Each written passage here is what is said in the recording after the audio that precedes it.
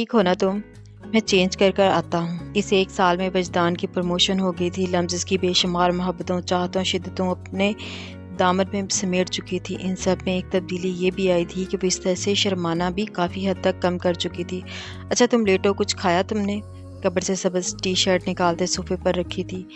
Dinner کیا تھا please, اب میرا بالکل دل نہیں ہے۔ وہ آہستہ اسٹیپ لیتے بیڈ پر گئی تھی۔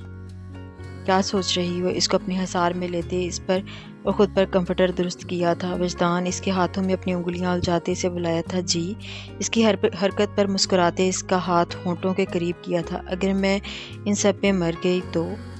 وہ ٹرانس کی کیفیت میں بول رہی تھی۔ وہ جس کا سرخ سفید ہاتھ دیکھ رہا تھا، اس کنڈیشن کی وجہ سے جو تھوڑا سوج گیا تھا، ارتکاز ٹوٹا تھا۔ بٹ کیا تم سوچتی ہو؟ وہ ایک دم پریشان ہوا، پر اس پر جھکا تھا۔ اکثر یہ الفاظ ادا کرتی تھی، آئی کانٹ وجدان، مجھے پتا ہے۔ وہ اسے چاہ کے بھی اپنے دل کی بات نہیں بتا پائی تھی۔ میں ساتھ ہوں نا، پھر خوف کیسا؟ اس کی بات اچکتے اس کے ماتھے کو چوما چکا تھا۔ لمز کو اس لمحے خود میں سکون اترتا محسوس ہوا۔ یہ ہمارا فرسٹ اور لاسٹ بیبی ہے، تمہیں ہرگز دوبارہ تکلیف دینا نہیں چاہوں گا۔ صبح بھی وہ اسی صورتحال سے گزر رہی تھی۔ آئی لو یو وجدان، مجھے آپ کے ساتھ رہنا ہے، مجھے اپنی اولاد کو محسوس کرنا ہے۔ اس کے سینے میں آنسو وہ چھپی سی تھی۔ بس ایسے کیوں ریئیکٹ کر رہی ہو؟ میں ہر لمحہ تمہارے ساتھ ہوں، کہو گی تو ڈلیوری کے وقت بھی تمہارے ساتھ رہوں گا۔ اس کے براؤن بالوں میں انگلیاں چلاتے سنوارتے کہا تھا۔ چند لمحے بعد وہ اسے سوچوں میں چھوڑ کر گہری نیند سو چکی تھی۔ اس کے ماتھے پر اپنے لب رکھے تھے اور اس کے ہاتھ کو چوما تھا۔ تم مجھ سے بھی آگے جا رہی ہو مسز وجدان۔ اس کا ہاتھ ہونٹوں کے قریب لایا تھا۔ رات کی کسی پہر تکلیف سے آنکھ کھلی، آنکھیں کسمساتے کھولی، ساتھ والی سلبٹ زیادہ جگہ خالی تھی۔ وجدان اس کو کراتے بلایا تھا۔ وہ نہیں تھا، وہ شاید اسٹڈی روم میں گیا تھا فون سننے کے لیے۔ وہ بھی 2 قدم آگے بڑھاتی لیمپ کی ہلکی روشنی میں اسی تکلیف میں سوئی جاگی کیفیت میں اپنے سرخ کڑھائی والے سیاہ ٹراؤزر میں بری طرح الجھی تھی۔ وجدان وجدان، اس کی فلاش شگاف چیخ گونجی تھی، اور وجدان جو اس کو نیند کا خیال کرتے چند لمحے پہلے اسٹڈی میں گیا تھا، اس کو دیکھ فون اس کے ہاتھ سے چھوٹا تھا۔ یہ کچھ چیزیں آپ کی مسز کی۔ اس کا پینڈنٹ اور انگوٹھی اس کے حوالے کیا۔ اندر کوئی میل ڈاکٹر نہیں جائے گا، سارا سٹاف فیمیل ہوگا۔ جی آپ بے فکر رہیں، نرس نے سے یقین دہانی کروائی۔ وہ کسی پرائیویٹ کلینک میں تھے۔ اس کی چیزوں کو دیکھتے اندر موجود روگت جاں کے لیے اس کی جان مٹھی میں آئی تھی۔ وہ کہتے ہیں ایک وقت ہوتا ہے قبولیت کا، حیران ہوں کس وقت نہیں مانگا اس کو۔ طویل خاموشی میں فون کی رنگ ہوئی۔ کہاں ہو تم؟ بتانا بھی تم نے ضروری نہیں سمجھا کون سے ہاسپٹل میں ہو۔ میں اور تمہارے ڈیڈ آ رہے ہیں۔ اس کی حالت کے پیش نظر وہ بہت جلد گھر سے نکلا تھا۔ صدف کی فکر مند سی آواز سے اسے ہاسپٹل کا نام بتاتے وہ فون بند کر چکا تھا۔ آپ کو ڈاکٹر بلا رہی ہیں۔ وہ ڈاکٹر کے کیبن کی طرف بڑھا۔ ٹھیک 25 منٹ بعد وہ ڈاکٹر کے کیبن سے نکلا۔ اس کی آنکھوں اور چہرے سے کوئی اندازہ نہیں لگا سکتا تھا وہ ضبط کے کس امتحان سے گزر رہا ہے۔ ٹھیک ہے وہ؟ صدف کو اپنی قریب پریشان آواز سے وہ ہوش میں آیا تھا۔ کیوں چھپایا آپ دونوں نے مجھ سے؟ وہ کرب کی انتہا پر تھا۔ کیسے اس کے معاملے میں انجان رہا؟ ایسے تو نہیں وہ خوف زدہ تھی وجدان؟ صدف اس کے سرد لہجے بے یقینی کی کیفیت میں تھی۔ جانتی ہیں اندر کس حال میں ہے وہ؟ میں اسے ہرگز معاف نہیں کروں گا۔ اتنی خود غرض کیسے ہو سکتی ہے؟ اسے میرا خیال بھی نہیں تھا اس کا خوف زدہ ہونا۔ وہ کیسے نہیں سمجھ سکا تھا وجدان، ایک ماں کو تم خود غرض کہہ رہے ہو؟ وہ اس کے الفاظوں میں الجھی تھی۔ 2 دفعہ میں زندگی میں بے بس ہوا ہوں، دونوں دفعہ وجہ وہ بنی ہے۔ اس بار اسے ضرور سزا دوں گا۔ کہاں جا رہے ہو وجدان؟ اسے ضرورت ہے تمہاری اور ہم سب کو بھی، پر فی الحال مجھے اس کی نہیں ہے۔ اس کا سر ٹوٹا لہجہ انہیں بھی پریشان کر رہا تھا۔ اللہ میری بیٹی کے لیے آسانی پیدا کر دے۔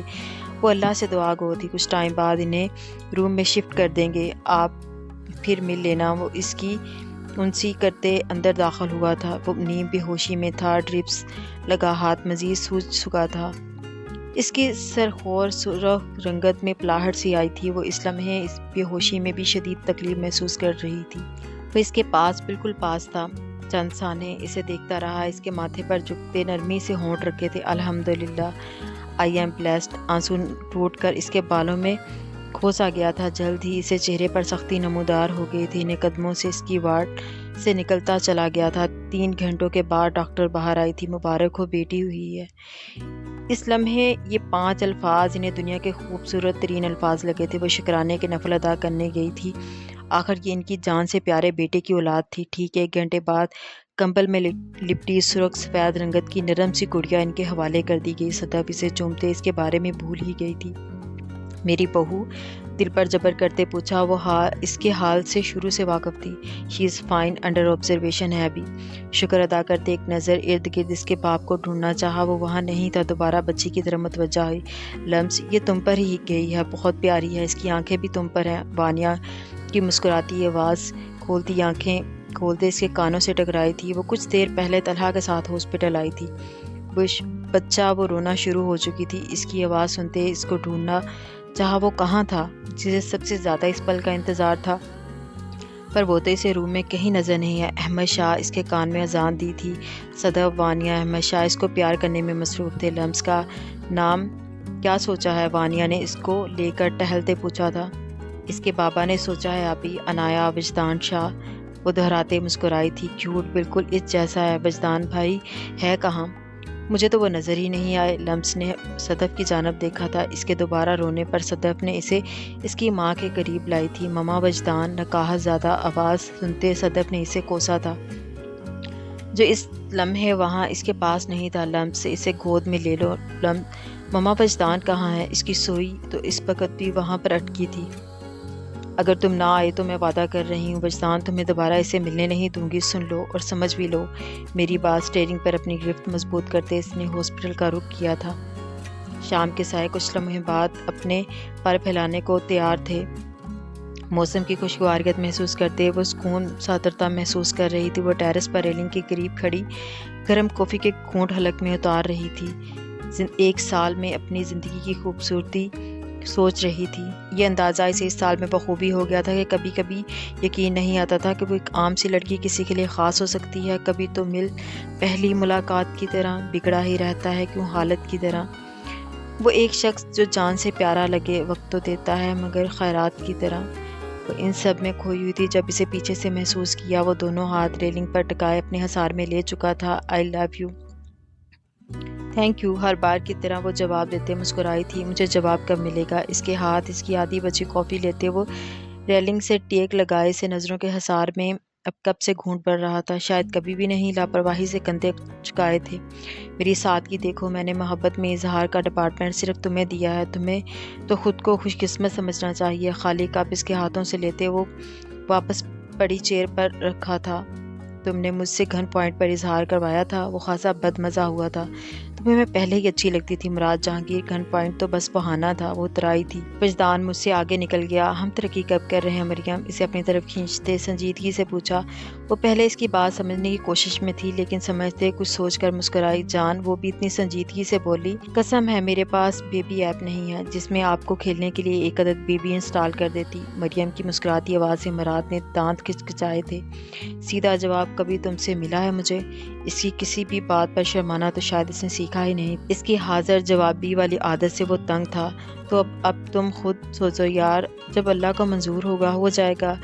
کبھی ہوتی ہمارے درمیان پیار محبت میں گفتگو، میں تم سنجیدگی لا سکتی ہو؟ میں کبھی کبھی سوچتی ہوں گھر میں ٹھہرا شوہر بھی دوسری ساس کے برابر ہوتا ہے۔ تم مجھے اتنا تنگ کرتے ہو، میرا دھیان کبھی پیار محبت کی طرف گیا ہی نہیں۔ چند لمحے وہ اس کو حسرت سے دیکھتی رہی۔ چلو پھر بتاؤ کیا سننا چاہتے ہو تم؟ اس کی گردن میں دونوں بازو حائل کرتے ایک احسان کرتے پوچھا تھا۔ تمہیں مجھے منانے کا ہنر کبھی نہیں آ سکتا مریم، اسے خود سے دور کیا تھا۔ پیارے شوہر، بہت شکوے ہیں تمہیں مجھ پر، اب کیا کر سکتی ہوں؟ تم چاہو تو دوسری شادی کر سکتے ہو۔ اس کی بات سے سرایت سی آنکھوں میں جھانکا جہاں سنجیدگی ہی تھی۔ تمہیں کوئی اعتراض نہیں؟ جلنا تو دور، وہ خود سے آفر کر رہی تھی۔ ہاں بالکل نہیں، کیوں ہوگا؟ جب اسلام نے 4 کی اجازت دی ہے تو میں کون ہوتی ہوں اعتراض کرنے والی؟ اس کی کمال بے نیازی سے اشش کر اٹھا تھا۔ فی الحال میرا دل چاہ رہا ہے، دانستہ بات چھوڑتے اسے سبق سکھانا تھا۔ کیا چاہ رہا ہے؟ میرا دل چاہ رہا ہے میں کوشش کرنی چاہیے۔ اسے بازو میں برتے معنی خیز لہجے میں سرگوشی کرتے سیڑھیوں سے نیچے قدم بڑھائے تھے۔ تم 1 نمبر کے آوارہ ہو، اتنی سنجیدہ گفتگو میں بھی تم ٹھڑک جانا نہیں چھوڑتے۔ وہ ہر بار کی طرح اس کی گرفت میں اسے لقب نوازنا نہیں بھولی تھی۔ مریم، میں چاہتا ہوں میرے بچے مجھ جیسے ہوں، بدتمیز، جو اپنی منہ پھٹ ماں کے ناک میں ہر وقت دم کر دیں، جبکہ وہ صرف اس کی انتہا درجے کی بے باکیوں پر کڑوے گھونٹ بھرتی رہ گئی تھی۔ صدف، وانیا اور احمد شاہ، اس وقت اس کے پاس کوئی موجود نہیں تھا۔ دیکھ رہی ہو نا عنایا، آپ کے پاپا ماما سے ملنے بھی نہیں آئے۔ اس کو گود میں لیتے ہوئے اس وقت دنیا جہاں کا سکون محسوس کر رہی تھی۔ ویلکم مائی لو، اس کی گود سے اس کو لیا تھا، وہ اندازہ نہیں کر سکی تھی وہ کب اندر آیا۔ وجدان مجھے تو دیں اسے۔ وہ کافی لمحات اسے اپنی بیٹی کے ساتھ مصروف رہا۔ لمس کو اب اس کی اگنورنس پر رونا آ رہا تھا۔ وجدان نہیں کریں میرے ساتھ۔ آنسو اب تیزی سے گال پر لٹک رہے تھے۔ اس کے آنسو اس کی حالت اسے پلٹانے پر مجبور کر رہی تھی۔ بیبی کوٹ میں ڈالتے ہوئے اس کے روبرو ہوا تھا۔ اس کو دیکھا جو ہاسپٹل کے سفید سوٹ میں تکلیف دبائے بامشکل تکیے سے ٹیک لگائے بیٹھنے کی صحیح تھی۔ کیوں کیا میرے ساتھ تم نے ایسا؟ تم مجھے ہرٹ نہ کرتے کرتے ہرٹ کر چکی ہو۔ میری بات تو سن لیں۔ نہیں سنی مجھے۔ Just shut up, shut your mouth Mrs Wajdan. اتنے غصے میں بھی اپنی ذات کے ساتھ اس کا حوالہ دینے پر وہ روتے میں بھی مسکرائی تھی۔ کبھی کبھی آپ بہت زیادہ والا پیار آتا ہے مجھے۔ بس کی بات سے بے نیاز بولتے ہوئے بولی تھی۔ مذاق سمجھ رہی ہو تم؟ وہ دھاڑا تھا۔ میں ٹھیک ہوں، ہماری بیٹی بھی ٹھیک ہے۔ مجھے اللہ پر یقین تھا، بس خوف زدہ تھی۔ مجھے بے رخی نہیں دکھائیں، میری کنڈیشن کا خیال کریں۔ اس کے بازو سے ماتھا ٹیکے وہ روتے بے حال ہو رہی تھی۔ ڈاکٹر کے کیبن میں اس کے قدموں تلے زمین نکلی تھی۔ Doctor save Hare please. دونوں میں سے ایک بچ سکتا ہے مسٹر وجدان۔ ایک روح کا سکون تو دوسری جس کے خواب اس نے سجائے تھے۔ میں دونوں میں سے کسی ایک کو نہیں چن سکتا ڈاکٹر، ہرگز نہیں۔ یہ معاملہ اس کی سوچ سے باہر تھا۔ ذمہ دار وہ سمجھ رہا تھا جو اسے اس موڑ پر لائی تھی۔ میں آپ کی حالت سمجھ رہی ہوں، پھر بھی آپ کو یہاں سائن کرنے ہوں گے۔ میری بیٹی کی پکچر سب سے پہلے مجھے سینڈ کرنا۔ آپ کی ڈائل لسٹ میں پہلا نمبر میرا ہے۔ اس کے ٹیبل پر پڑے فون پر اپنا نمبر پر سے بیل کی تھی، جبکہ ڈاکٹر کو اس کی دماغی حالت پر شک ہوا تھا۔ آپ کوشش کریں گے، میں دعا کروں گا خدا کے بعد مجھے اپنی دعا پر یقین ہے۔ وہ اپنے جذبات پر جبر کیے تھا۔ فیکٹ از فیکٹ، ڈاکٹر نے اپنی بات پر زور دیا، اور مجھے میریکل پر یقین ہے۔ کیبن کا گلاس ڈور دھکیلتے وہ باہر جا چکا تھا۔ آئی وش ان دونوں کو بچاؤں اور سب سے پہلی پکچر تمہیں بھیجوں۔ ڈاکٹر مسکرائی تھی۔ یو نو میری سانسیں آپ سے ہیں، اور آپ اس بیبی کو لے کے کتنے ایکسائٹڈ تھے وجدان۔ آئی کانٹ، مجھ سے نہیں، اور میں کہوں ان سب میں اس کے نزدیک بیٹھے اس کے بال مٹھی میں جکڑے تھے۔ آئی لو مائی ہسبینڈ۔ میں جانتی ہوں وجدان مجھے تکلیف دے سکتا ہے، لیکن میرا شوہر مجھے ہرگز تکلیف نہیں دے سکتا۔ اس کو خود سے دور کرتا ہاتھ اس کی بات سے تھاما تھا۔ کیوں کیا تم نے ایسا؟ تم جانتی ہو کس کرب سے گزرا ہے؟ لمس کو اپنا کندھا بھیگتا محسوس ہوا۔ آئی ایم سوری، میں ٹھیک ہوں نا؟ آپ کی بیبی گرل بھی ٹھیک ہے؟ اس کے چہرے اپنے روبرو کرتے اس کے ماتھے پر اپنے لب رکھے تھے۔ آپ نے مجھ پر شاؤٹ کیا، یو ڈیزرو دیٹ۔ وہ دور ہوتا جب اس کا ہاتھ تھاما تھا۔ بیٹی کے لیے اتنا ڈھیر سارا پیار، ماں کے لیے کچھ بھی نہیں۔ وہ مدعے پر آئی تھی۔ ابھی وہ ترسی تھی اسے محسوس کرنے کو۔ میری زندگی وجدان سے ہے، اس کا چہرہ ہاتھوں میں بھرتے ہوئے نم آنکھوں سے بولی تھی، اور وجدان کی زندگی لمس سے ہے۔ اس کی نام ہوتی آنکھوں کو چوما تھا۔ Thank for this precious gift. وہ سوئی بچی کو اپنی بازو میں بھرے اس کے بیڈ پر اس کے نزدیک بیٹھا تھا۔ لمس نے مسکراتے اس کے کندھے پر ہونٹ رکھتے اپنا سر ٹکایا تھا۔ وہ اسے گود میں لیا تھا۔ سفید نرم کمبل میں لپٹی گلابی گالوں والی بچی جو سفید نرم کپڑوں میں ملبوس تھی، ہو بہو اس کی کاربن کاپی۔ اس کے جیسی آنکھیں تھیں، ہاں ڈمپل کا اندازہ نہیں وہ لگا سکا تھا۔ بس اس کی خوشی محسوس کر رہی تھی جو باپ کی گود میں پرسکون آنکھیں موندے تھی۔ وہ اپنی بیٹی کے نرم و نکوش پر نرمی سے پیار جتا رہا تھا۔ وہ بس مسکرائی تھی۔ اس کے معاملے وہ جتنا شدت پسند تھا، اس کے لیے اتنا ہی نرم تھا۔ آج میں مکمل ہوں وجدان۔ وہ اس کے بیڈ پر ساتھ بیٹھا اس کے کندھے سے سر ٹکائے وہ رگوں میں سکون اترتا محسوس کر رہی تھی۔ There is the no ending of life. There is the beginning of a new journey with lots of love and happiness.